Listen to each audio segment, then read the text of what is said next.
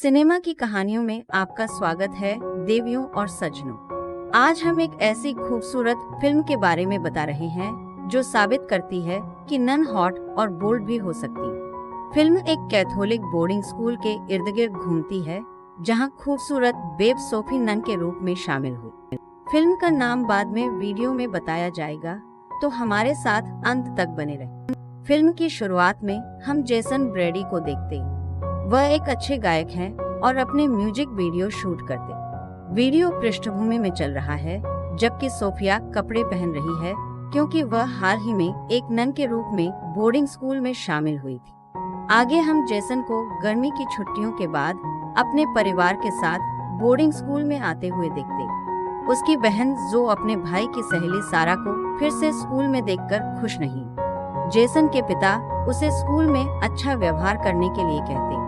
वह उसे चेतावनी देता है कि अगर उसके बारे में एक भी शिकायत आती है तो वह स्कूल आएगा और उसका सामना करे। सिस्टर रेबेका उनका अभिवादन करने आती।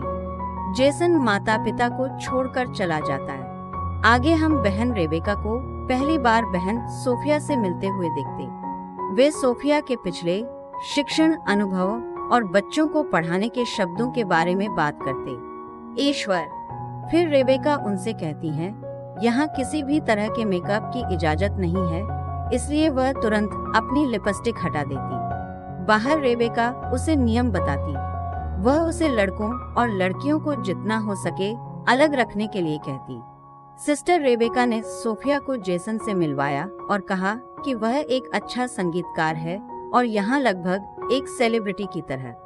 सिस्टर सोफिया ने उन्हें एक मुस्कान दी। जेसन परेशान है क्योंकि उसका परिवार उससे परेशान। सोफिया जेसन में दिलचस्पी लेने लगती है। सिस्टर रेबेका उसे कमरा दिखाती है और उसे अकेला छोड़ देती। सोफिया राहत की सांस लेती है और मुस्कुराते हुए अपने कपड़ों को देखती। यहाँ हम जो को एक चर्च में देखते हैं।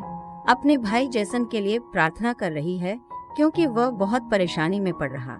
बहन सोफी जेसन के संगीत वीडियो देख रही है और लैपटॉप स्क्रीन को चूमती। अगले दिन वह जेसन को लाइव सुनती। वह उसकी प्रशंसा करती है और उससे पूछती है कि क्या उसके माता पिता को गर्व। वह अभी भी थोड़ा परेशान। सोफिया उससे कहती है कि अगर वह बात करना चाहता है तो वह आसपास। कक्षा में सोफिया ने जेसन को देखा जो अपने दोस्त सारा से बात कर रहा। इससे सोफिया काफी ईर्ष्यालु और आहत नजर आ रही। वह अपना गुस्सा सारा को दिखाती है और उसे सामने की बेंच पर शिफ्ट होने के लिए कहती। उसके बाद उसने जो को नोटिस किया। वह जेसन की बहन होने के कारण उससे मिलकर खुश है। जो कक्षा शुरू करने के लिए प्रार्थना करती है। जो ने सोफिया को प्रार्थना करने में असमर्थ कर दिया। अगला जो अपने भाई जेसन को देखने जाता। वह उससे कहती है कि सोफिया उन प्रार्थनाओं को नहीं जानती जो अजीब। इस बीच सारा ने जेसन को टेक्स्ट किया। जो उसे बताती है कि वह आपकी पढ़ाई के लिए एक व्याकुलता। दोनों में थोड़ी बहस होती है और जेसन गुस्से में निकल जाता। सोफिया उसका पीछा करती है और उसे शांत करती। वह पूछती है कि क्या सारा उसकी प्रेमिका। उसे पता चलता है कि जेसन अकेला है और राहत महसूस करता। सोफिया का व्यवहार अजीब है क्योंकि वह जेसन की ओर आकर्षित है और एक साइको की तरह काम कर रही। सारा जेसन के पास जाती है और उसके साथ फ्लर्ट करती। थोड़ी देर बाद सोफिया ने उसे रंगे हाथ पकड़ लिया। वह जेसन को जाकर सारा से भिड़ने के लिए कहती। सारा कहती है कि उनके पिता सचमुच इस स्कूल के लिए भुगतान करते। सोफिया उसे बताती है कि उसे परवाह नहीं है कि उसके पिता कौन।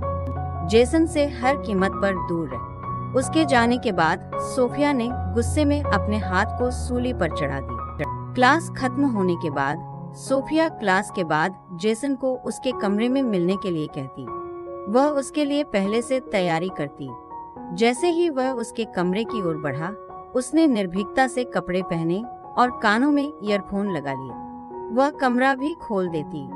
जेसन के आते ही वह अपने हाथों में तेल मलने लगती।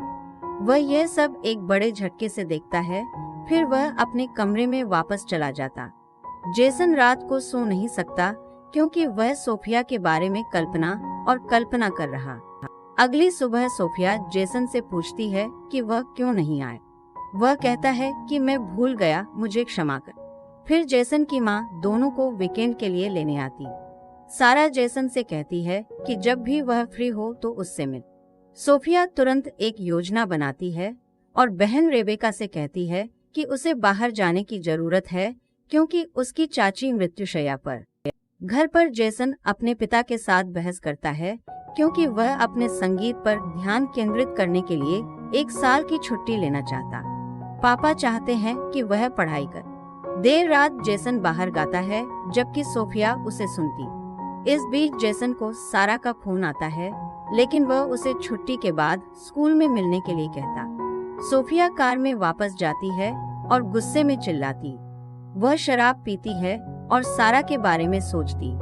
फिर वह वापस स्कूल लौटती है और लड़कियों के भवन में प्रवेश करती। सिस्टर रेबेका को शक होता है और वह उसका पीछा करती। सोफिया सारा की किताब लेती है और ड्रग्स अंदर डालती।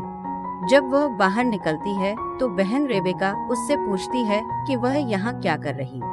वह कहती है कि उसने सरसराहट की आवाज सुनी जो अंदर से सब कुछ सुनता। अगली सुबह प्रार्थना के बाद जैसे ही सारा ने अपनी किताब खोली, उसे अंदर मारिजुआना मिली। सोफिया उससे कहती है कि अब तुम बहुत बड़ी मुसीबत में। सिस्टर रेबेका ने अपने माता पिता से बात की और उन्हें निलंबित कर दी। सोफिया उसे स्कूल का निरीक्षण करने के लिए कहती है क्योंकि अपराधी और भी हो सकते।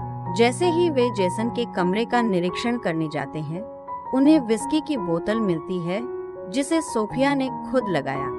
जैसा कि वे उसके माता पिता को बताने वाले हैं, सोफिया उनसे उसे दूसरा मौका देने का अनुरोध करती, केवल अगर वह इस सप्ताह के अंत में स्कूल में रहे और उसे यहाँ काम करने में मदद करे। आगे हम उसे जेसन की तस्वीरें देखते हुए और अतीत को याद करते हुए देखते। यहाँ हमें पता चला कि वह सिस्टर सोफिया नहीं।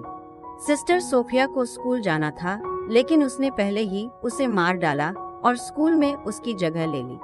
अगली सुबह जेसन फूल कर रहा है और सोफिया उसकी मदद के लिए आती, जो उस पर नजर रखने के लिए वहाँ है क्योंकि वह जानती है कि कुछ सही नहीं। उस रात वह चुपके से जेसन के पास जाती है, वीडियो बनाने के लिए अपना फोन रखती है, कपड़े उतारती है और जेसन को बताती है कि वह उसे पसंद करती। जेसन सहज नहीं है, लेकिन वह जोर देती है और चीजें उसकी योजना के अनुसार होती। अगली सुबह वह उसके पास आती है और उससे कहती है कि वह किसी से कुछ न कहे, खासकर उसकी बहन से। आगे वह जो को पकड़ने की योजना बनाती है। वह उत्तर कुंजी को खुला छोड़ देती है और उसे कॉल करती। जैसे ही वह कमरे में जाती है, वह उसे रंगे हाथों पकड़ लेती। वह उसे रेबेका के पास ले जाती है और उससे निलंबन की मांग करती, लेकिन जो एक मेधावी छात्र है, रेबेका सोफिया से असहमत है। जो रेबेका को बताती है कि वह अलग और अजीब। यहाँ जेसन कबूल कर रहा है और भगवान से क्षमा मांग रहा, लेकिन सोफिया अंदर आ जाती है और जो चाहती है वो करने लगती। अगली सुबह बिशप स्कूल आता है, जो पहले असली सोफिया से मिला था। वह रेबेका को सिस्टर सोफिया की आदतों के बारे में बताता है, लेकिन यह उससे मेल नहीं खाती। वह बिशप से बचने के लिए कहती है क्योंकि वह सिस्टर सोफिया को उससे मिलने के लिए बुलाना चाहती। जैसे ही वह उसे बुलाने जाती है, सोफिया जल्दी में दौड़ती है।